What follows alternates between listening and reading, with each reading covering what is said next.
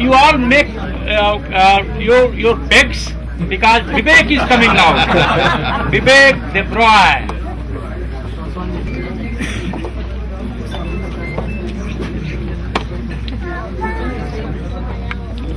Friends, Prasad is normally regarded as a good thing.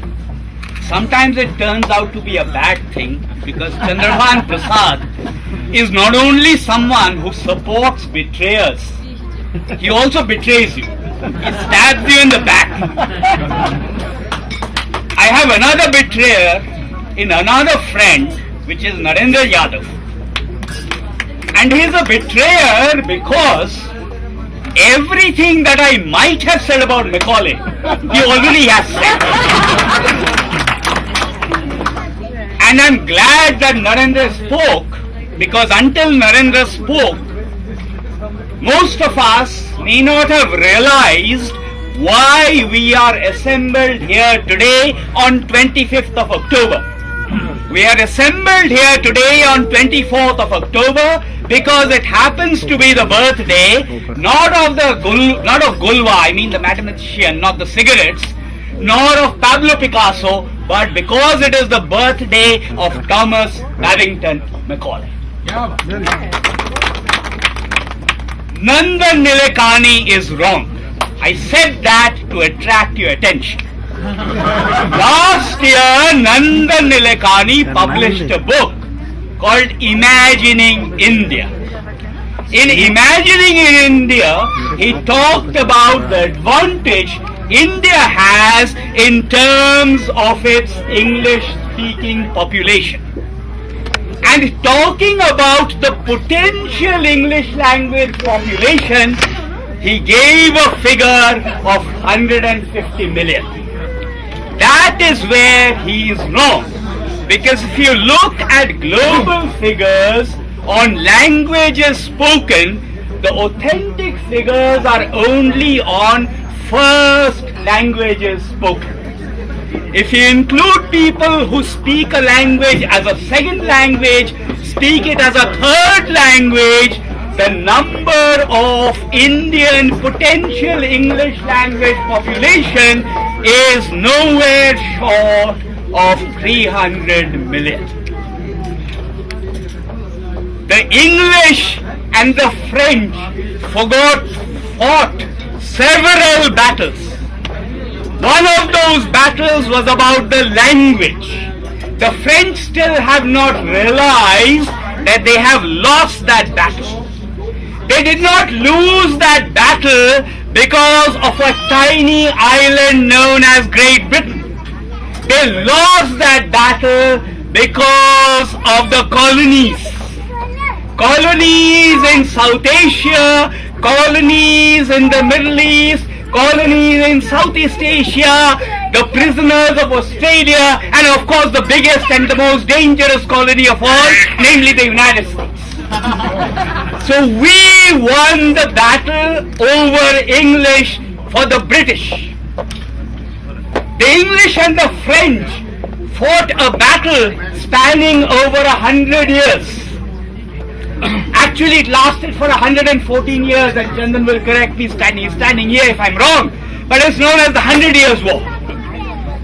The 100 Years' War virtually ended, if it ever ended, with the Battle of Agincourt, which the French lost on 25th of October 1415. And I think it is extremely significant that the French lost the Battle of Agincourt on 25th of October, which also happens to be the birthday of Thomas Babington Macaulay. You can go and look this up. I'm not making this up. They subsequently lost another naval battle in 1747, and that also was on the 25th of October. Thomas Babington Macaulay to me means three different things. The first thing which Narendra has not spoken about is Thomas Babington Macaulay as a poet. That was the first exposure I had to Macaulay when I was about 12 or 13.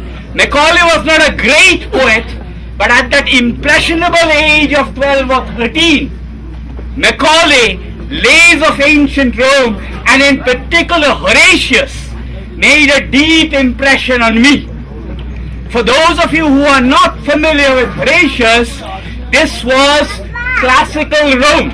This was not imperial Rome, and here was Rome being attacked by the Etruscans, and only a bridge stood between the invading Etruscan army and Rome. And if the bridge fell, all of Rome will fall. And here was Horatius, and I'm going to quote from that poem because I want to link it with Macaulay. And here was Horatius, who volunteered and said, and within quotes, "Thus spake great Horatius, the captain of the gate, to every man upon this earth, death cometh soon or late, and how can man die better than by facing terrible odds for the ashes of his fathers and the temples of his gods?" And that is what Macaulay precisely did. He fought against terrible odds, and in hindsight we realize that the battle he fought was for the ashes of our fathers and the temples of our gods. The second aspect of Macaulay is something that Narendra has mentioned, so I will only touch upon it briefly, which is, if you go back and look at what the British left us, they left us English language, and they left us a phenomenal legal system. What some of us do not realize, I think Narendra referred to it indirectly, is that this legal system was not implemented only in India.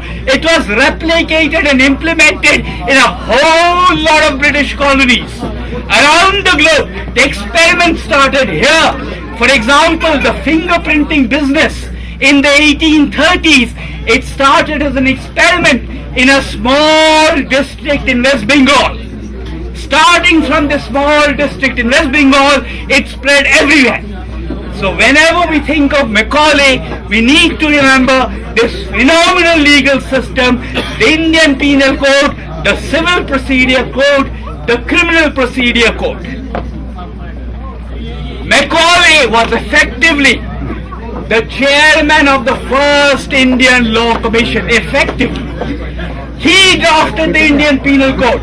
Today when you sit down and criticize the IPC of 1861, think for a minute that had you been given the problem of unifying all the personal laws and codifying them, you'd have said it is an impossible task. And here is one man who did all that. Here is one man who, if one looks at the British history in India, the history of British colonial rule in India, we have the East India Company period and we have the proper crown. Macaulay in some sense represents the cusp. Much of what Macaulay did began during the East India Company period but was implemented steadily in the second half of the 19th century. The third dimension of Macaulay is of course what Narendra mentioned, namely English. And most of the time when people criticize Macaulay's 2nd February 1835 minute on education, they only look at a certain part. They have not read the entire text. And I'm mentioning this point because Narendra did not go into it. What was the issue? Why did Macaulay write this minute of dissent? Because here was the Department of Public Instruction which wanted to spend money, 1 lakh rupees in 1835 on Arabic and Sanskrit. And Macaulay said, English came later, Macaulay said, wait a minute, before we spend this 1 lakh of rupees, February 1835, on Arabic and Sanskrit, let us try and find out what has happened to the money that has already been spent. Has it led to any improvements? If today Pranab Mukherjee says this, or if Mr. Chidambaram had said that earlier, we would have stood up and applauded and said, hey, look, the finance minister is trying to link outlays to tangible improvements and outcomes. But this is no different from what Macaulay was saying in 1835. And then he went along to say, and I'm paraphrasing now, this is not an exact quote, We've always had this very hierarchical attitude to languages, which Narendra again mentioned, typically characteristic of the Brahmanical period with the Dharma Shastras, which is the elite will speak one language, the hoi polloi of the world will speak another. The elite will speak Sanskrit, the hoi polloi will speak Prakrit. The elite will speak Arabic and Persian, and the hoi polloi will speak Hindustani. And there are any number of figures, studies, documentation to show how the Dalits were being marginalized. If I were to ask you, name two Dalit characters from the epics, you would probably say Shambhuk from Ramayana and Ekalavya from Mahabharata.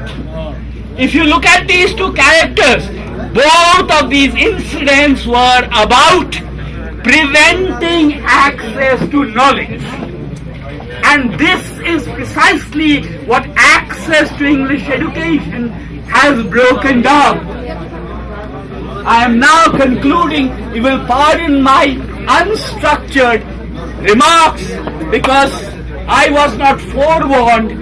So therefore, unlike Narendra, I do not have a structured speech, nor am I absolutely certain whether he wrote it himself or he got someone in to write it for him. Be that as it may, I do not see a picture of the Dalit goddess here. We only saw the statue, which looks a bit like the Oscar, as someone said. I think of this goddess as Bhavani. Now I'll tell you why I'm using the word Bhavani. We normally think of Bhavani as Parvati, as Sati, as Adya Shakti, as the consort of Shiva. But Bhavani means the goddess of the earth, the goddess of the universe, the goddess of the globe, and therefore Bhavani stands for globalization.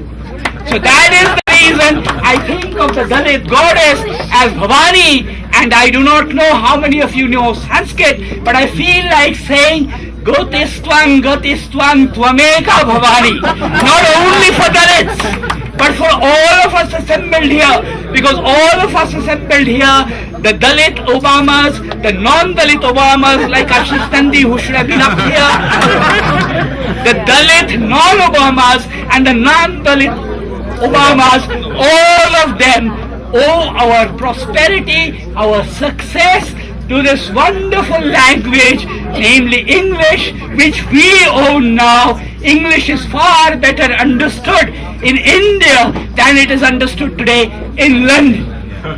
Macaulay never married, and therefore, as far as I know, he never had any children. But we, all of us, are Macaulay's children. And therefore, it is fitting that we should assemble here on the 25th of October to celebrate Macaulay's birthday. Long live Bhavani, long live the English language. Thank you.